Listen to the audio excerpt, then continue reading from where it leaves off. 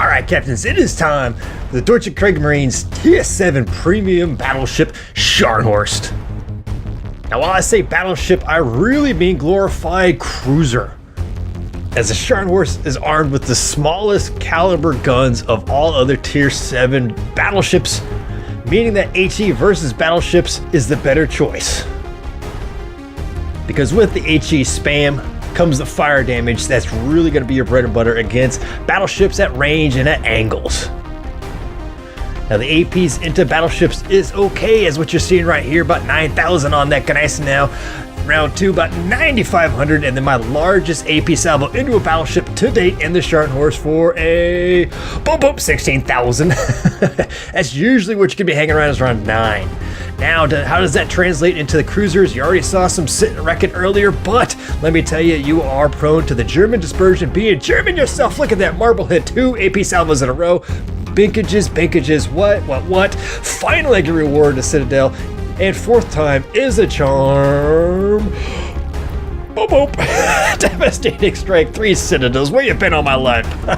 Oh, and that continues all throughout the games. At New Orleans, that was an okay hit, followed up by the Donskoy with a Citadel Tier 9 Donskoy. Then go back to the New Orleans, feeling good, and 2 overpins. What is that? 2 more salvos of just absolute garbage. I fire and forget, like, okay, let's move on to somebody else and shoot at, because I'm tired of overpinning this damn New Orleans. Then finally, hello, Citadel. What is going on sometimes with the Scharnhorst? And of course, continuing my YOLO solo. Hello, Mr. Donk. boop. 2 into the Colorado. And 2 and 4 Citadels, devastating strike into the Donskoy. Yes, Captains, that is right. There was 2 torpedoes into the Colorado because you are the Scharnhorst, which means you have torpedoes.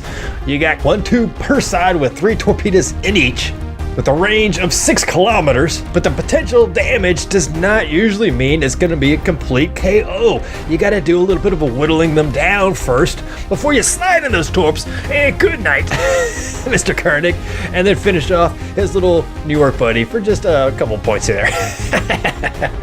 But yes, Captains, you do have to whittle them down. You use the HE as they start coming towards you. If they show you a broadside, you give them the AP. Your secondaries can start to kick in, which you can go full secondary spec to unleash the fury about 8 kilometers or so, and then slide in those torpedoes to kill them, or boop some AP into that side.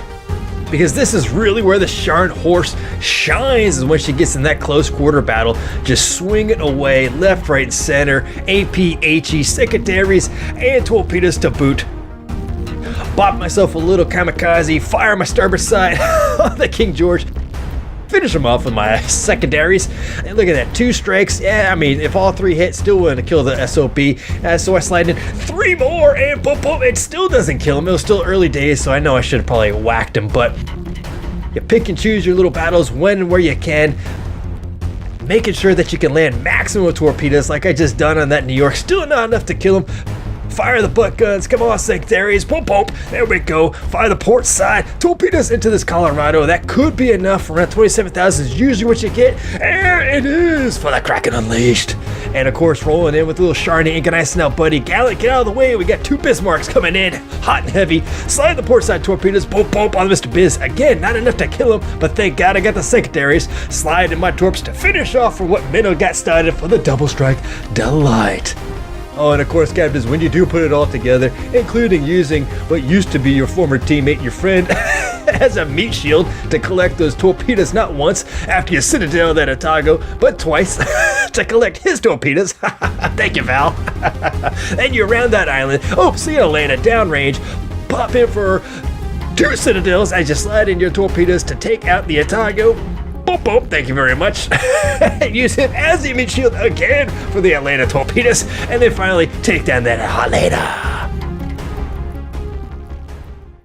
Yes, Captains, if you haven't been able to tell already, Fetch is enjoying the Scharnhorst. It wasn't all that great when I first started getting into her, as I was trying to figure out how to play this damn ship, but I did a lot of YOLO solo Carpe Diem torp runs, as you're seeing in the highlights and as you're still seeing now. I got so many of these things. And so what I'm going to do is I'm going to show you a replay that is really about patience and picking the right moment to unleash the fury of everything at this Scharnhorst disposal and go YOLO solo Carpe Diem against everybody and their mom and take them all down. Because for me, that is the key to the Scharnhorst, is waiting to unleash the fury and spring your attack on the enemy. That's at least if you want to sail away at the very end of it. So without further ado, let's get stuck in to the replay.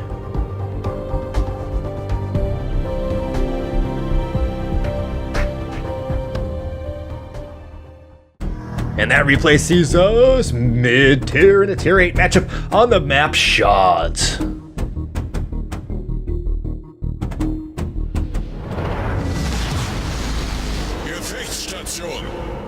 Alright, sliding in my captain skills and modules. I've run several different captains, including a secondary spec one, and this is the one I've kind of been running more often than not. So I run preventative maintenance to keep my stuff working, expert marksman to turn my turrets a little bit faster, superintendent for more heal packs, of course, is always nice. Now I do run concealment expert along with AFT and manual AA because I do like to troll the carriers.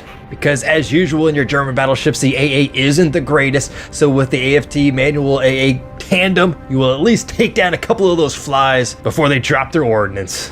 You could, of course, as always, go for a more attack-minded build by going manual secondaries instead of manual AA, and of course fire prevention instead of concealment expert to reduce the fire nose, and then that way you can go, even if you wanted to, into the survivability build with basics of survivability. And of course, adrenaline rush is always a good one to think about. Now for my modules upgrades, you can see she's fully kitted out. And I am running the aim assist one to reduce that god-awful dispersion. And of course the spotter plane in my premium consumables. Now for my flags, you see I'm actually flying a few flags. A couple of you guys have been commenting on that, so I said, okay, fine. Here's some flags. Run the Dreadnought one to recover some health, and then a bunch of secondary ones, which to be honest, I don't even remember what they do. But I got a whole bunch of laundry now. Are you happy?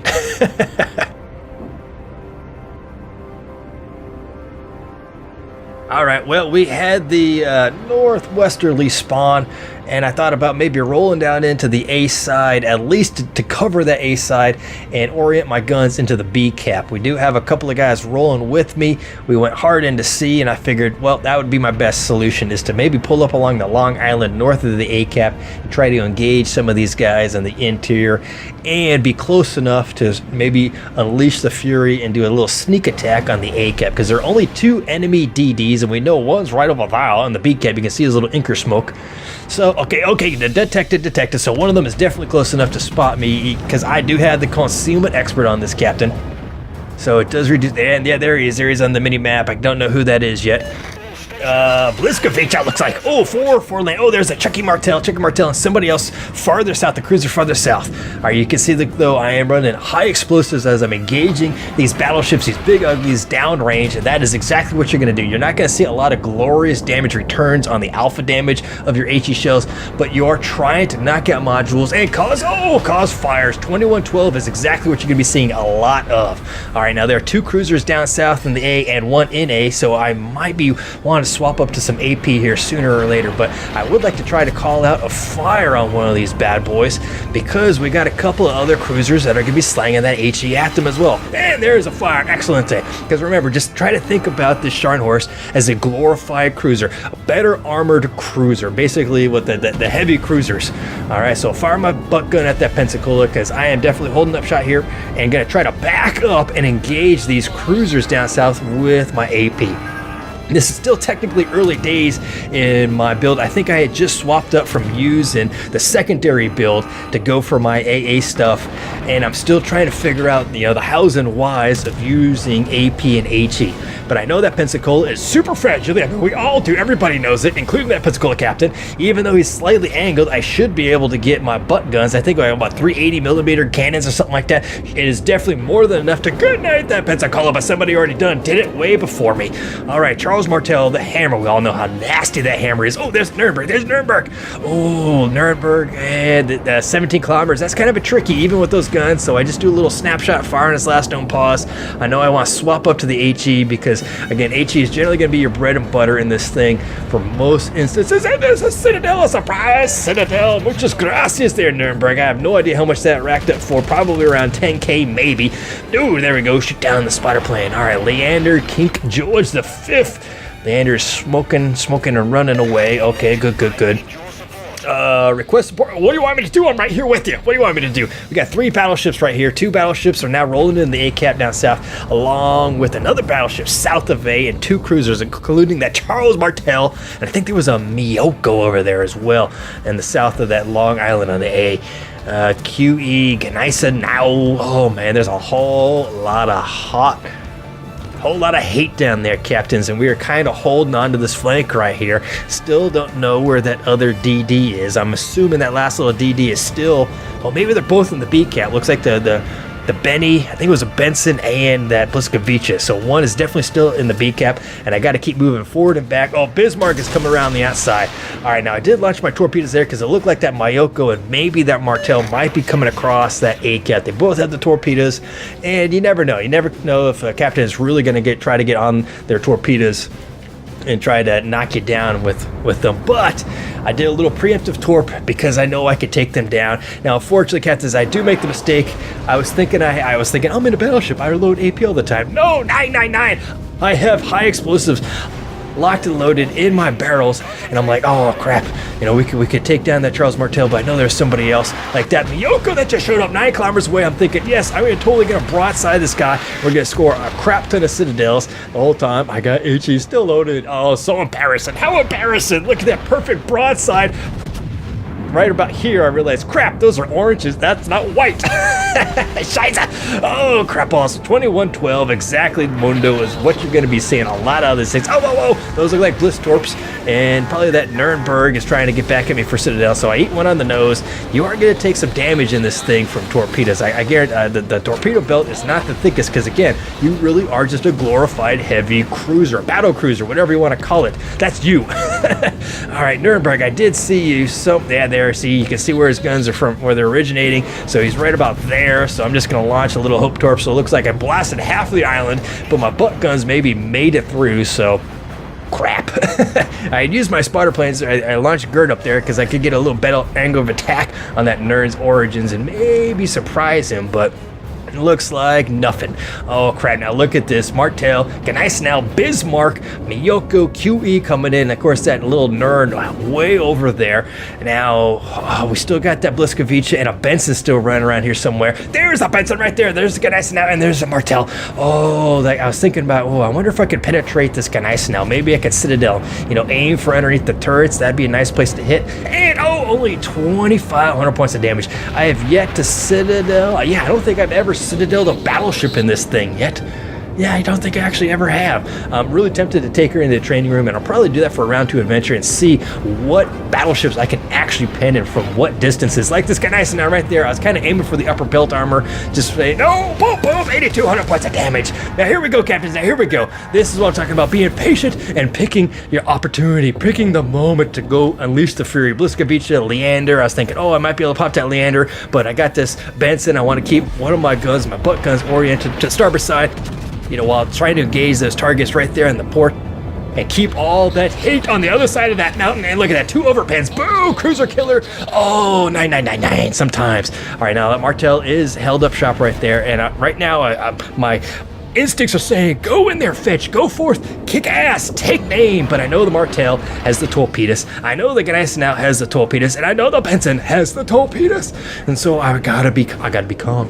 Remain calm. Boom, boom. Take down some planes along the way, though. That always makes me feel good. Calms my mind. And see, look at that little Benson right there. I'm holding down this little flank.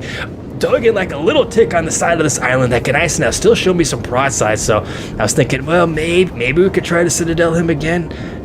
Maybe not. I don't know. I kind of aimed a little high into that belt armor, and 5,600 points of damage. Not too shabby. See what I mean, Captain? That's like a cruiser salvo into a battleship rather than a battleship salvo into a battleship.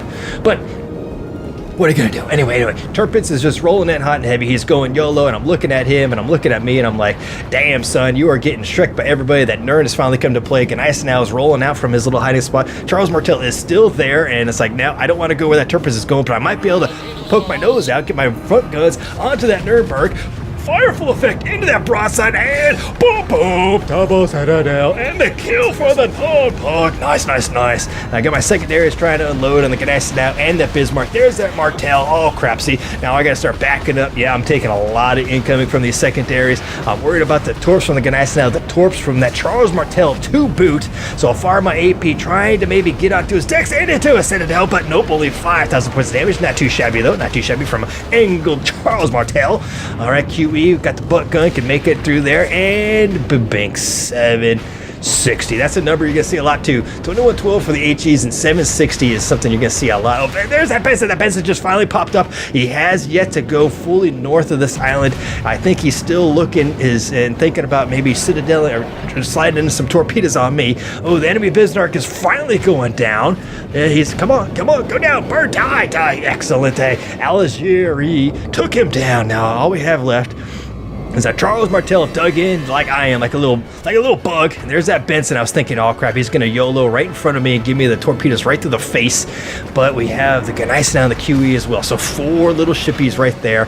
And I'm thinking, okay, I'm gonna hold up shop. Got the HE. If that Benson keeps going in front of me, I should be able to wallop him something fierce. And if I stay skinny enough, I might be able to survive. I might. But I'm looking at the mini map and it doesn't look like he may be coming back. I want to get a full broadside in because I know my front 2 guns aren't going to be able to take him down completely. And he has changed, rethought life, and is going back north of this island, so he won't be able to get those torpedoes off. And if he has lost them, I should be safe. And I'm thinking to myself, Fetch, I think this is the time. The time is now. We're gonna slide forward. We're gonna orient our guns to the starboard side, engage these guys as best we can, maybe even pop down that little DD. So we're gonna keep the high explosives ready. Regardless of that DD, the high explosives would be good on most of these battleships, on the QE and the Gneisenau, because they're probably gonna give me some nasty angles, which my AP is not gonna like. There, right there. The AP could probably do an okay job right there, but I want to keep going. So here we are on the cast. Secondaries engaging that Charles Martel. I got my port side torps aimed in. I'm looking at that little line in the middle. I'm going to try to aim it right for his nose because I got 3 torpedoes, and so that line means that 1 torpedo is going to go right through his face. Got 2 fires on that Martel. Nice. He's probably used his damage control now. There's a Benson. Fire my front guns on that Benson. Please. Boom.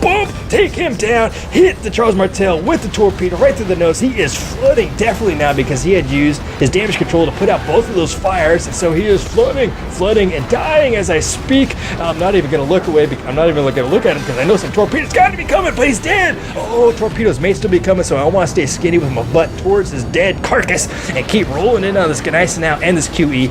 Nice HE salvo into that Gneisenau. Now I am worried. Yep, there are some torpedoes. Those are Gneisenau torpedoes right there. You put them on the widespread. Muchas gracias, my friend. Excelente. Here we go. We're going to open up for a little bit of broadside. Fire torpedoes because he is really close. He shouldn't be able to change too much on his angle and his shooting solution. Boom, 6400 points of damage and a fire. He shouldn't be able to change too much from that shooting solution. So 2, maybe 3 of them should land on that Gneisenau. Maybe put him down, and maybe boom.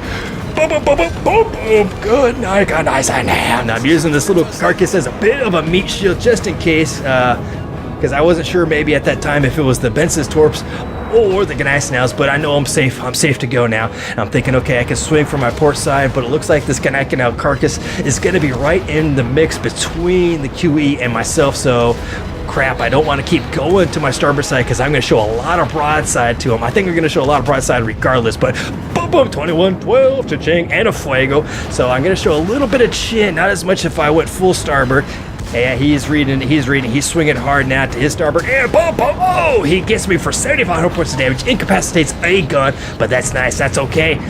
I can deal with that because my torpedoes on my starboard side are just about locked and loaded. They got a pretty quick turnaround on the reload, man. These little German torpedo guys, man, they know what they're doing. So fire that shooting solution, kind of aiming, thinking that he's going to go maybe hard left or swing back around the starboard side. So if I kind of half that, maybe I might be able to get him for 1 or 2. And yeah, it looks like he's turning back to starboard side again, and boom, boom, I get him for one. He is hurting, he is burning, he is flooded. 21-12 yet again. Come on, go down, go down. I know I'm gonna slide right in, beak it on my face. There's a high caliber, there's the Kraken Unleashed, and there's the game.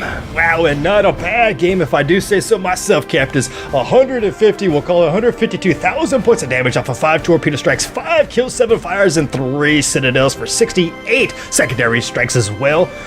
For high caliber, Dreadnought, yes, most definitely, and Kraken Unleashed. And that sees us, yes, captains, tops of the charts with 2,207 base experience points in the tier 8 matchup. Oh, yeah, and our Marek did a pretty good job too, man. Good job, Rachin, with 1840, 3 kills, probably got a capture in there as well, not too shabby. But the Scharnhorst leads the way. And most definitely looking at that detail report, you can check out the differences between the HE and the AP shells. Definitely scored more off of my AP shells because I definitely had a couple of nice little broadsides I was able to really chew into them. Of course, I got a couple of citadels, which is always nice. But when you're looking at that HE return, 56 out of 90 for just under 38,000. That's not a lot. And what was the number I kept talking about? And it kept popping up, 2112, 2112. You're going to see that a lot. And where you're really going to reap it is in that supplemental income. Now, you're generally not going to be the one who's going to be reaping the fire rewards. It's usually going to be the SOB cruisers behind you who are coming in hot and lighting everybody ablaze, thanks to your calling out their damage control and repair parties and all that jazz. But you can kind of see what I'm talking about here. Now, how about them torpedoes? 12 launched for 5 landed for 43,500 points of damage with a little bit of flooding to boot. Always nice, always nice. A lot of potential damage as well. That's something that can happen a lot to you shiny captains as you're getting stuck in on the YOLO solos. And when we just look at the mini-map again, you can really see me just picking and waiting and being patient. It's so hard for me in this ship, and it might be a little hard for y'all captains too in this ship. You want to just go forward and hit the W key 4 times, charge into the heart of the enemy, and kill everybody in some way. That does not happen. You gotta wait and pick the time to unleash the full firepower of this battle cruiser. And after taxes with the premium account and the premium ship in the tier 8 match, 387,000 credits, cha-ching, which is a standard too though. Look at that, 220k. Money. Granted, it was a good game, but the Sharny as a premium ship can still rack in some good credits. Alright, captains, now for my dollars and cents buyer's guide. Should you buy the Scharnhorst and make her a part of your fleet? Now, I did pick her up for some doubloons in-game in the tech tree on sale. And I'm very happy that I did. Now, I was saying, I alluded to it earlier in the video, that my first, probably 50 games of this thing were very frustrating. I wasn't quite sure how to play this thing. I kept just rushing forward into the enemy, heart of the enemy, taking down ships, but dying along the way to boot. Trying to only use AP and not use the HE, using the secondary skills and blah, blah, blah, blah. And finally, after about 70 games, the Scharnhorst and I have come to an understanding, and life is beautiful.